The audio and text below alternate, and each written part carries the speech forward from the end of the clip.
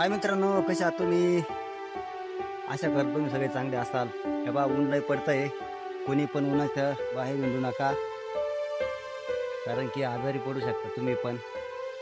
आजारी पडू शकता म्हणजे आजारीच पडशाल उन्हात जर जास्त हिंडले तर.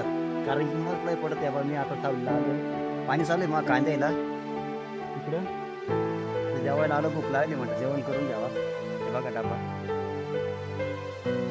डबा बाटली, झाड बघा बा कसं हिरवगार, सावली. हे बा शहरातल्या लोकांना काय समजणार आहे गावाकडली सावली. त्याला ती एसी मध्ये बसायची सवय. हं? त्यांना काय समजणार आहे सावली काय म्हणत्या.